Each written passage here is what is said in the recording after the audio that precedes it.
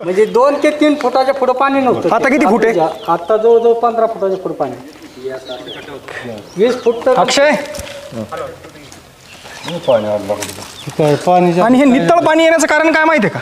मी आता जे सांगितलं तुम्हाला, परिसरात खड्डे आहेत ना, तर ते सगळं निचरा होऊन फिल्टर होऊन पाणी येत असतं. आता तुम्ही समजा जर इथंच जर खड्डे घेतले असते ना, ते गढूळ पाणी राहिलं असतं. गढूळ पाणी जवळ नाही घेतलं.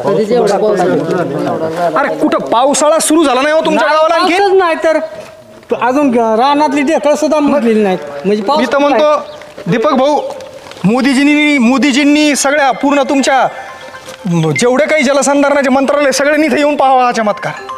बरोबर आहे का?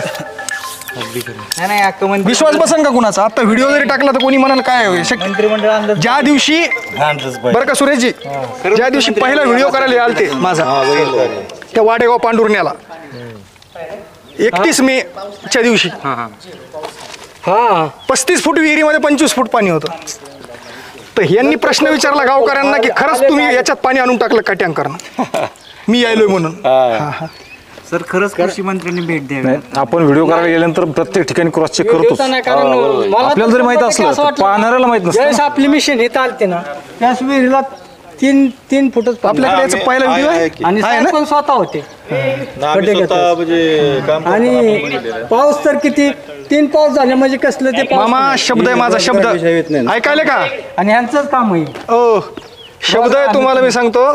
ऊस लावताल तुम्ही तर ऊस पुढच्या वर्षी गॅरंटीनं सांगतो, गॅरंटीनं. फक्त लक्षात राहू द्या आम्हाला. 100% पाणी- म्हणजे कधी एनी टाइम जरी आला तरी बिंदास, काय प्रॉब्लेम नाही.